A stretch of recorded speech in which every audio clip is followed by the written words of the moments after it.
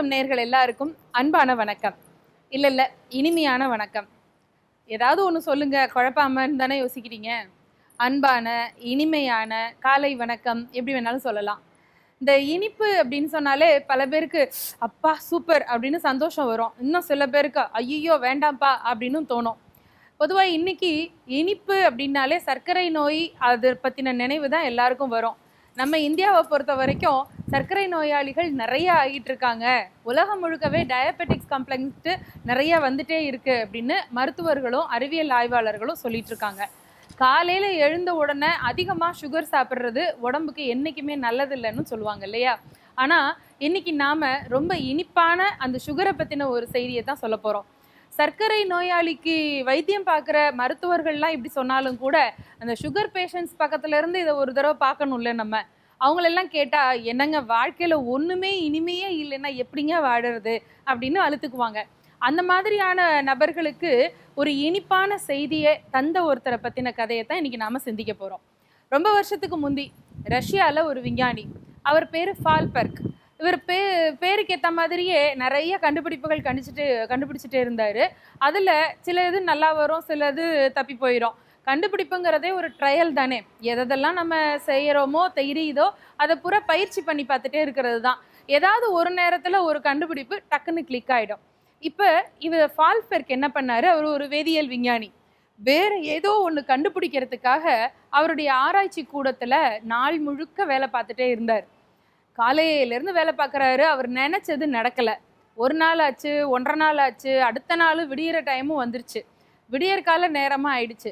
அவர் நிறைய வேதிப்பொருட்களை கலக்கிறதும் பண்ணுறதும், அதுக்கு மேலே அந்த கெமிக்கல் சொல்யூஷன்ஸை ஊற்றுறதும் இப்படி பண்ணிட்டு இருந்தார். அவர் உதவியாளர்கள் கூட கிளம்பி போயிட்டாங்க.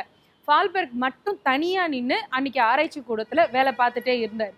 அப்படி வேலை பார்த்துட்டே இருக்கிற போது திடீர்னு ஒரு நேரம் அவர் பார்த்துட்டே இருக்கிற போது கண்ணை இருட்டிட்டு வந்துருச்சு. அவருக்கு இந்த மாதிரி மயக்கம் அடித்து விழற மாதிரி போயிட்டார். அப்படியே தடுமாறிடுச்சு அவருக்கு. என்னடா அது, நல்லா தானே இருந்தோம், திடீர்னு உடம்புல இவ்வளோ ஒரு பெரிய பிரச்சனை வருது, நிற்க கூட முடியலையே நம்மளால அப்படின்னு பயந்தவர் ஒரு நிமிஷம் யோசிச்சு பார்த்தாரு. அடாடா, நம்ம முந்தா நாள் சாப்பிட்டது அப்படின்னு அப்போ தான் ஞாபகத்துக்கு வந்துச்சு. அதாவது ஒரு 1.5 நாள் 2 நாளாக அவர் சாப்பிடவே இல்லை, ஒரு டீ காஃபி கூட குடிக்கவே இல்லை. சாப்பிடாததுனால அவருக்கு அப்படியே தலை சுற்றி கண் இருட்டி வந்துருச்சு. அப்போ தான் அவர் அதை உணர்ந்தார். நம்ம சாப்பிடாம இன்னைக்கு வேலை பார்த்துட்டோம், அதனால தான் நமக்கு மயக்கம் வருது அப்படின்னு யோசிச்சவர் ஏதாவது கிடைக்குதா அப்படின்னு பார்த்தாரு. விடியற்கால நேரம், அப்போ போய் என்ன கடை திறந்திருக்கோம், உதவியாளரும் கூட இல்லை, சாப்பிட்றதுக்கு எதுவும் செஞ்சு சாப்பிட்ற அளவுக்கும் அவருக்கு பொறுமை இல்லை, உடல்ல வலிமையும் இல்லை.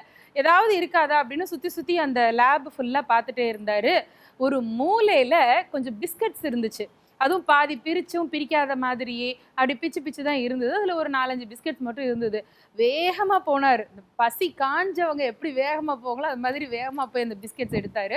எடுத்தவர் கருக்கு முறுக்குன்னு அந்த பிஸ்கெட் அப்படியே வாயில் போட்டு சாப்பிட ஆரம்பித்தார். சாப்பிட்டுட்டு இருக்கிற போது திடீர்னு அவருக்கு மறுபடியும் மூளையில் ஒரு யோசனை. இந்த விஞ்ஞானிகளோட பிரச்சனையே அதுதான், எப்போ பார்த்தாலும் எதையாவது யோசிச்சுக்கிட்டே இருக்கிறது. ஆனால் அவருக்கு அந்த நொடியில் வந்த யோசனை நிஜமான யோசனை. அவர் சாப்பிட்டுட்டு இருக்கிறாரு. திடீர்னு பார்த்தா அளவுக்கு அதிகமாக இனிக்க ஆரம்பிச்சிருச்சு. என்னடா இனிக்குதே அப்படின்னு யோசிச்சார். பிஸ்கெட் தானே சாப்பிட்டாருன்னு நம்ம யோசிக்கலாம். ஆனால் அவர் சாப்பிட்டது சால்ட் பிஸ்கெட்டு. சால்ட் பிஸ்கெட் எப்படி திடீர்னு இனிக்கும்? இவருக்கு தெரியும் அது சால்ட் பிஸ்கெட்டுங்கிறது. ஆனால் ரொம்ப இனிக்குதே, அளவுக்கு அதிகமாக இனிக்குதே அப்படின்னு அவர் அப்படியே இன்னும் கொஞ்சம் இருக்கிற இன்னும் 2-3 பிஸ்கெட்ஸ் எடுத்து வாயில் போட்டு பார்க்குறாரு. இனிக்குது அது மறுபடியும். அப்புறம் அதை வச்சுட்டு இங்கேருந்து போய் டிஷ்யூ பேப்பர் எடுத்து வாயை துடைக்கிறாரு. டிஷ்யூ பேப்பர் வாயில் போட்டோன்னா அதுவும் இனிக்க ஆரம்பிக்குது. அப்புறம் கொஞ்ச நேரத்தில் தண்ணீர் எடுத்து குடிக்க போகிறாரு. தண்ணீரும் சக்கரை போட்ட மாதிரி இனிக்க ஆரம்பிச்சிருச்சு.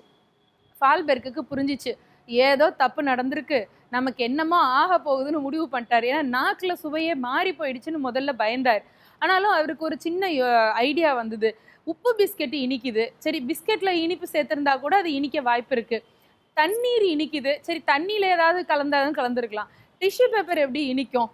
ஒரு சுவையே இல்லாதது தானே, அதை உதட்டில் வச்சு தொடச்சா அதுவும் இனிக்குது. அப்போ இதில் ஏதோ ஒன்று விஷயம் இருக்குது அப்படின்னு யோசிச்சவர் அதுக்கப்புறமா தான் அதுக்கு முந்தி என்ன செஞ்சிட்டு இருந்தோம், எதை எடுத்துட்டு இருந்தோங்கிறத யோசிக்க ஆரம்பிக்கிறாரு.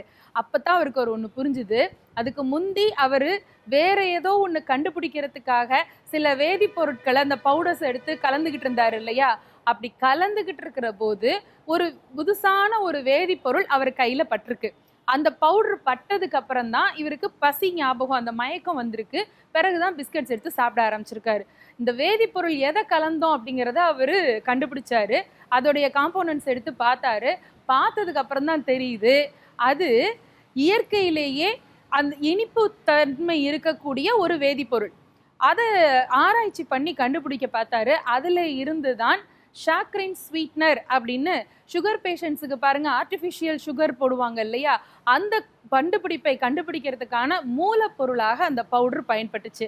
அதில் இருந்து தான் சர்க்கரை நோயாளிகளுக்கு கொஞ்சமாவது வாழ்க்கையில் இனிமையை சேர்க்கக்கூடிய ஷாக்ரின் ஸ்வீட்னர் அப்படிங்கிற அந்த புது பொருளை அவர் கண்டுபிடிச்சாரு. ஏதோ ஒரு கண்டுபிடிப்பை கண்டுபிடிக்கிறதுக்காக பயணப்பட்டு போய்கிட்டு இருக்கிற அவருடைய அந்த பயணத்தில், அவருடைய அந்த ஆராய்ச்சி வாழ்க்கையில் ஏதோ ஒன்று செய்ய போய் எப்படியோ ஒரு இனிமையான கண்டுபிடிப்பு கிடைச்சது இல்லை.